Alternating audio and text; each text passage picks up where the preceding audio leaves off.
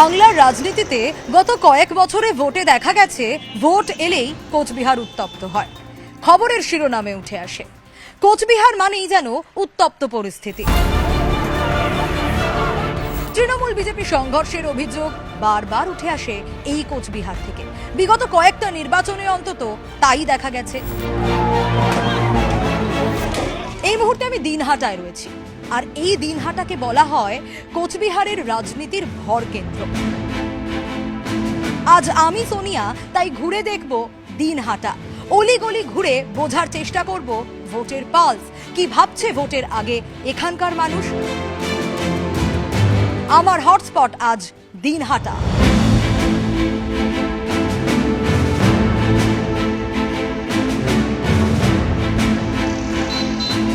এই মুহূর্তে আমি যেখানে দাঁড়িয়ে রয়েছি কোচবিহারের দিনহাটার চৌপথি এলাকা।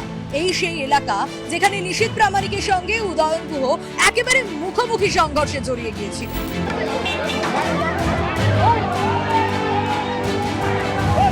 নিশীথ প্রামাণিকের কনভয় হামলা চালানোর অভিযোগ ছিল। উদয়ন গুহর জন্মদিনের অনুষ্ঠান সেরে উদয়ন গুহ নাকি বসেছিলেন, আর সেই সময় এই মোড়ে রীতিমতো তৃণমূল কর্মী সমর্থকদের সঙ্গে বিজেপি কর্মী সমর্থকদের একটা সংঘর্ষের পরিস্থিতি তৈরি হয়।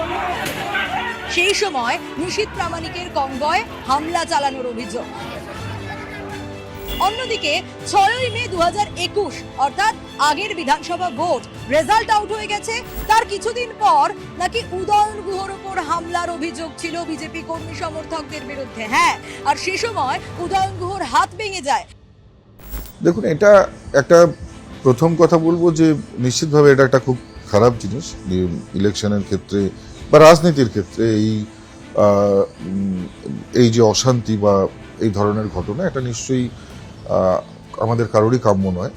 কিন্তু কুচবিহারের যদি আপনারা ট্র্যাডিশন দেখেন বা ইতিহাস দেখেন, সেই ইতিহাসের ক্ষেত্রে থেকে এই সংঘর্ষশীল যে বিষয়টা সেটা উঠে এসছে। সেকেন্ড লাইনে যারা দাঁড়িয়ে থাকতো বামফ্রন্টের, অর্থাৎ যারা চোখ গরম করে ভোট আদায় করতো, সেই লোকগুলো কিন্তু 2011-তে তৃণমূল কংগ্রেস ক্ষমতায় আসার সঙ্গে সঙ্গে সবার আগে সুইচ হয়েছে, এবং তারাই আজকে কিন্তু তৃণমূল কংগ্রেসের বড় নেতা। তাহলে সংঘর্ষ হবে না কেন? যারা এতদিন থেকে সংঘর্ষ করে এসছে তারাই এসে আবার ক্ষমতাসীন দলের শীর্ষে এসে বসেছে, স্বাভাবিকভাবেই। এই ব্যাপারটা কেন হয়, কিভাবে হয়, একটা উদাহরণ দিলে আমি বলতে পারবো। যারা এটা আমাকে জিজ্ঞাসা না করে যদি দিনহাটার সাধারণ মানুষকে জিজ্ঞাসা করা হয় তাহলে তারা ভালো বলে দিতে পারবে। 24 সালের লোকসভা নির্বাচনের পর, ফলাফল ঘোষণা হওয়ার পর দিনহাটার লোক কিন্তু আর বোমার আওয়াজ পায়নি। আমরা এটা প্রথম থেকে বলে আসছি যে একটি লোক নানাভাবে পরিচিত করে, নানাভাবে উস্কানি দিয়ে, নানা ফন্দি ফিকির করে গোলমাল, নিজের স্বার্থে গোলমাল পাকিয়ে রাখতে চাইত। আজকে সরে যাওয়ার পরে, পর্দার আড়ালে চলে যাওয়ার পরে দিনহাটা মুখও হয় না। আজকে দিনহাটায় কোনো বোমের আওয়াজ নেই, গোলমাল নেই।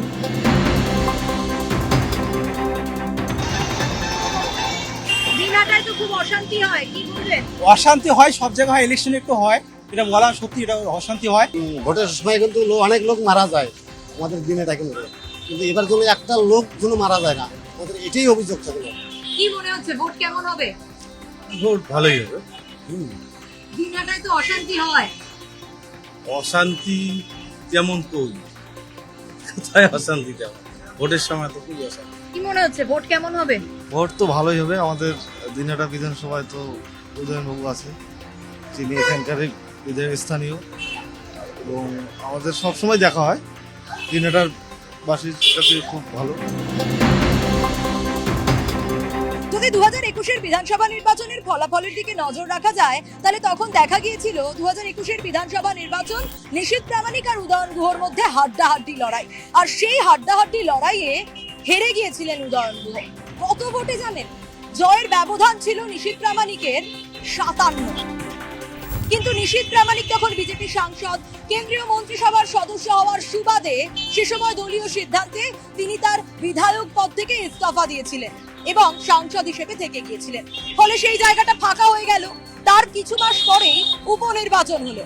সেই উপনির্বাচনে যে উদয়ন গুহ 57 ভোটে হেরে গিয়েছিলেন, সেই উদয়ন গুহ কার্যত ছিনিয়ে নিয়েছিলেন দিনহাটা বিধানসভা।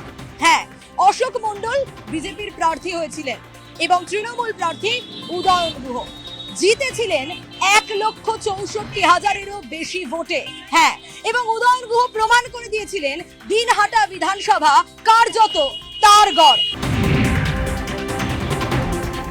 বলা যেতে পারে এবারের পরিস্থিতি 2021-এর থেকে অনেক বেটার। আমাদের এখানে অ্যাডমিনিস্ট্রেটিভ জেলায় যে 9টি সিট রয়েছে, 9টির মধ্যে 9টিতেই জিতবার প্রবল সম্ভাবনা রয়েছে।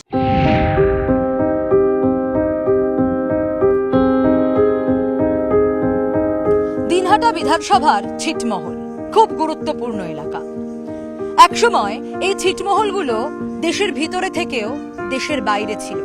ভারতে বাংলাদেশের 51টা ছিটমহল আর বাংলাদেশে ভারতের 111টা ছিটমহল।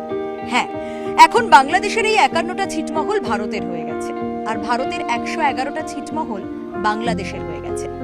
2015 সালে চুক্তির পর 2015 সালের 31শে জুলাই সেই চুক্তির সময় বলা হয়েছিল যদি ইচ্ছে থাকে তাহলে এপার থেকে ওপারে যাওয়া যায়, ওপার থেকে এপারে আসা যায়। না, এপার থেকে কেউ ওপারে যায়নি, ওপার থেকে 921 জন এখানে চলে এসেছিল। এই ছিটমহলে বাসিন্দা তারা।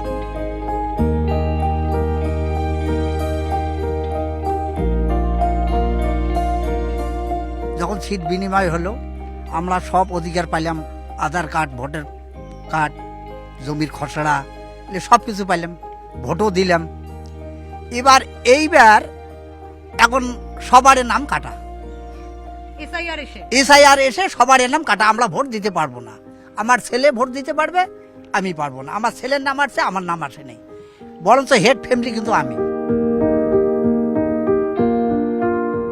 2002-এর শেষ এসআইআর হয়েছিল, তখন তো আমাদের ছিটমহল ছিল বাংলাদেশি ছিটমহল। তখনকার তো আমাদের কোনো তথ্য নেই। আমরা ডিএম এর সঙ্গে দেখা করলাম, ডিএম সাহেব বলে দিলেন যে নিচে এনুমারেশন ফর্মের নিচে তোমরা ছিটমহল কথাটা লিখে পাশে যে তোমাদের যে ছিটমহলের 14,864 জন মানুষ ছিলেন তাদের একটা প্রত্যেকের একটা নাম্বার আছে, সেই নাম্বারটাকে ইন্ডিকেট করে দিতে। আমরা সেই নাম্বারটা ইন্ডিকেট করি। এখন 28 তারিখে যে ফাইনাল ভোটার লিস্ট প্রকাশিত হলো সেখানে আমরা দেখতে পেলাম আমরা বিচারাধীনের মধ্যে থেকে গেল। একটা জিনিস কেন্দ্রীয় সরকার দেওয়ার কথা ছিল, আমাদের একটা নাগরিকত্ব কার্ড দেয়নি, সে কার্ডটা দেয়নি।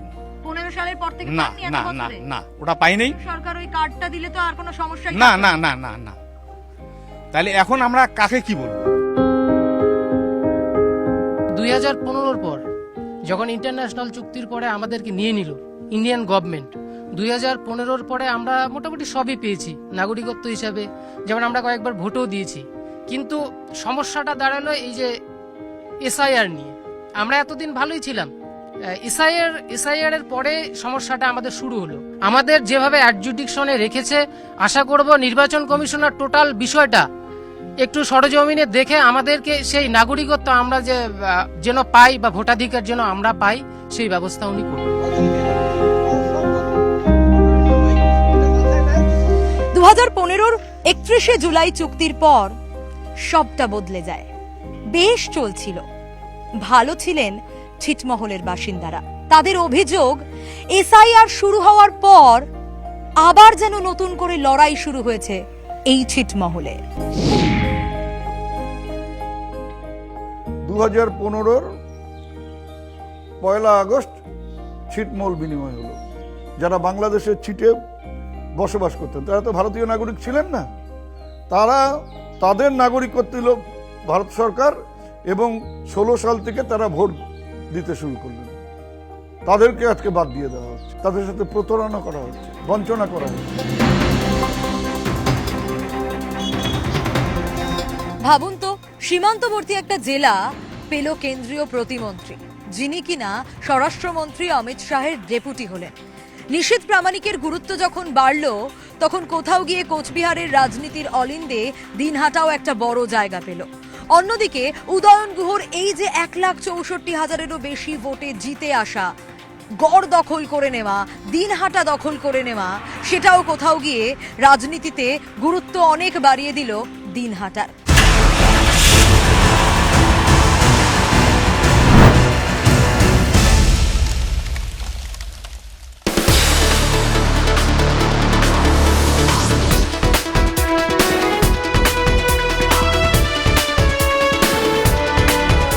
হলদিয়া শিল্পাঞ্চল উত্তর পূর্ব ভারতের শিল্প মানচিত্রে এক উজ্জ্বলতম নাম।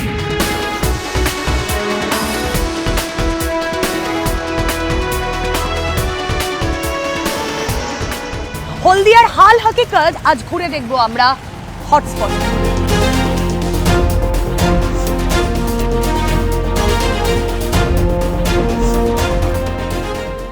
হলদিয়া শিল্পনগরী, তাকে কেন্দ্র করে গড়ে ওঠা জনবসতি টাউনশিপ।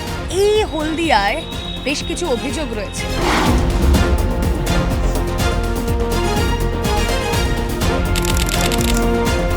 ছেলেরা যাতে ভালো থাকে সেই চেষ্টাই চাইবো। মমতা ব্যানার্জি অনেক কাজ করেছে। একটার পর একটা যে কলকারখানাগুলো এখানে ছিল, যেভাবে হয়েছে বর্তমানে তাপসী মণ্ডল সাধারণ মানুষ মহোদয়া বুঝে গেছে যে প্রাণপাত এই পরিশ্রম করছেন, পাল্টিবাজকে আর ভোট দেওয়া যাবে না।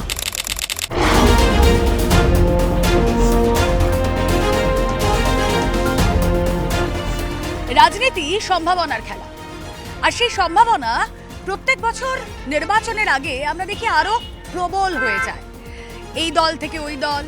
অবশ্য হলদিয়া শিল্পাঞ্চল কিংবা এখানকার মানুষজন ভোটের আগে এই ছবিটা আজ বা গত 2-1 বছর ধরে দেখছেন না, এই ছবিটা বহু পুরনো। 2016 সালে যে তাপসী মণ্ডল সিপিএম এর হয়ে লড়াই করে জয়ী হয়েছিলেন, তার পরের নির্বাচনে 2021-এ সেই তাপসী মণ্ডলই চলে যান বিজেপিতে, জয়ী হন।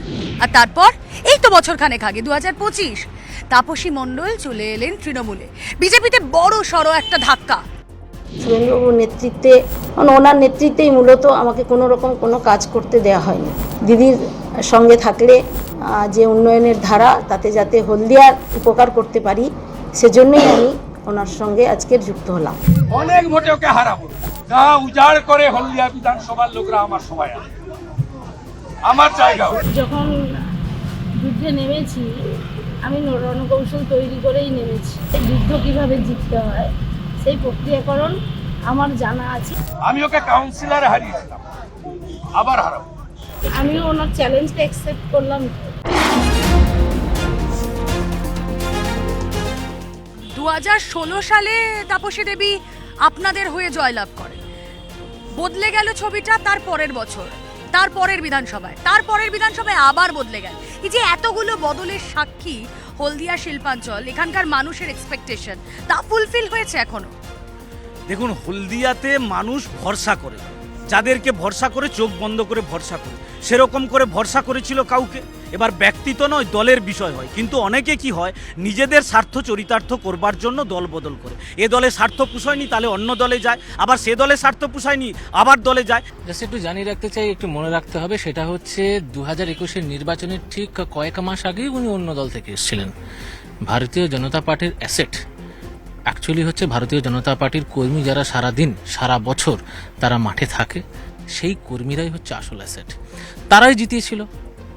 আমিও একটি যোদ্ধা হিসেবে, তাদের সহযোদ্ধা হিসেবে মাঠে সেদিন নেমেছিলাম, জিতিয়েছিলাম ক্যান্ডিডেটকে, যে ক্যান্ডিডেটকে পার্টি মনোনীত করেছিল। আজকে যে দলে গেছে, সে দলে যাওয়ার পরে তার ক্রেডিবিলিটি এরকম জায়গায় নেমে এসছে, সে আর কত পালা বদল করবে। যে ব্যক্তির নাম বললেন তাপসী মণ্ডল, তাপসী মণ্ডলকে আমরা কাউন্সিলর হিসেবে দেখেছি হলদিয়াবাসী। আমি নিজেও একটা সময় ওনার সময় কাউন্সিলর ছিলাম, তারপর উনি 2 টার্মের বিধায়িকা। বর্তমানে তাপসী মণ্ডল মহোদয়া যে প্রাণপাত পরিশ্রম করছেন এবং বর্তমানে উনি আইএনটিটিউসি চেয়ারম্যান হয়েছেন। হলদিয়াতে একটা বার্তা চলে গেছে শিল্পমহলে বা শ্রমিকদের কাছে, যে শ্রমিকদের প্রতিনিধি হিসাবে তাপসী মণ্ডল সে আস্থা, সে বিশ্বাস অর্জন করতে পেরেছেন। পৌরবাসীর কাউন্সিলর হিসাবে তাপসী মণ্ডলকে দেখেছেন, পৌর পরিষেবা দেওয়ার ক্ষেত্রে তাপসী মণ্ডলকে দেখেছেন, রাজনৈতিক তাপসী মণ্ডলকে দেখছেন, এবং নতুন রূপে হলদিয়াবাসী আইএনটিটিউসি চেয়ারম্যান হিসাবে তাপসী মণ্ডল সুন্দরভাবে শ্রমিকদের স্বার্থে লড়াই করছেন।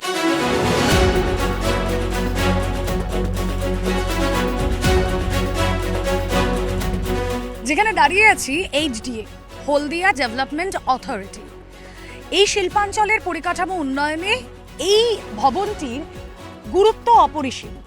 এবং আরও একটি নাম এই HDA এর সঙ্গে ওতপ্রোতভাবে জড়িয়ে ছিল একটা সময় পর্যন্ত, নাম লক্ষণ শেঠ। বাম আমলের পূর্ব মেদিনীপুরের দোর্দণ্ড প্রতাপ নেতা লক্ষণ শেঠ 2009-এ তিনি এই HDA এর চেয়ারম্যান পদ ছেড়ে দেন। কেন? 2009 সালের লোকসভা নির্বাচনে তমলুকে তিনি পরাজিত হন শুভেন্দু অধিকারীর কাছে, আর তারপর তিনি ছেড়ে দেন এই এইচডি এর পদ, এই চেয়ারম্যানের পদ, এবং তারপর তিনি কংগ্রেসে যান, তারপর সেখান থেকে বিজেপিতে। বর্তমানে তিনি রাজনীতিতে নিষ্ক্রিয়, কিন্তু এই এইচডিএতে, এই হলদিয়া ডেভেলপমেন্ট অথরিটির কোনো এক ঘরে বসেই হয়তো তিনি ব্লু প্রিন্ট ছকেছিলেন। কিসের? নন্দীগ্রামের জমি অধিগ্রহণের।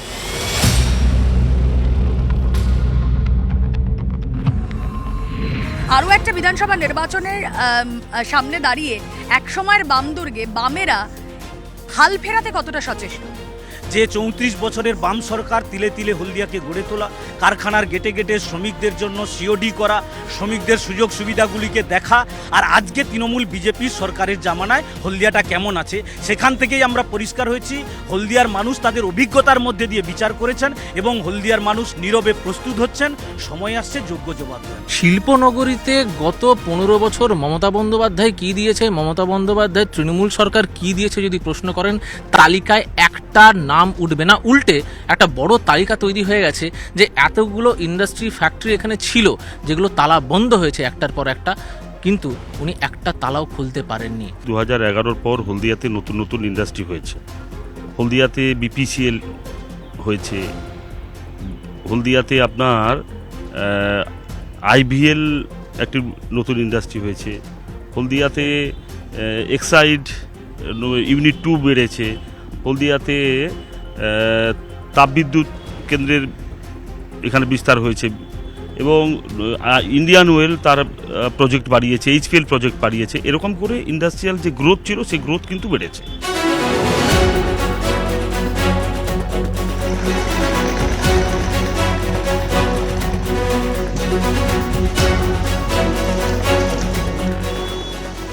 ভোট আসে ভোট যায়, কিন্তু কিছু দাবি দাওয়া মানুষের থেকেই যায়।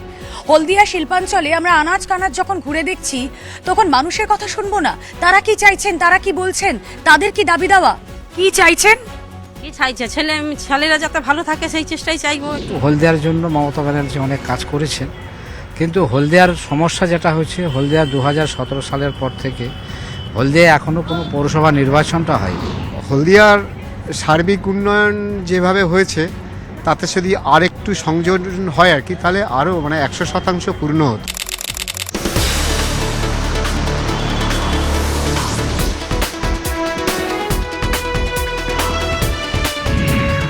আজকে আমাদের হটস্পট হলদিয়ায় আমরা শুনলাম এখানকার মানুষের কথা, আমরা শুনলাম নেতাদের কথা। হলদিয়াবাসী কিন্তু বিধানসভা নির্বাচনের আগে নানা রকম হিসেব করছে। সেই হিসেব ভোট বাক্সে কতটা প্রভাব ফেলবে অবশ্যই নজর থাকবে, কারণ বারবার শিবির বদলানো বিধায়কের দিকেই কি ঝুঁকবে হলদিয়াবাসীর মন, নাকি উঠে আসবে নতুন কেউ শিল্পের মরা গাঙে বান আনতে? কাকে বেছে নেবেন হলদিয়াবাসী? নজর থাকবে আমাদেরও।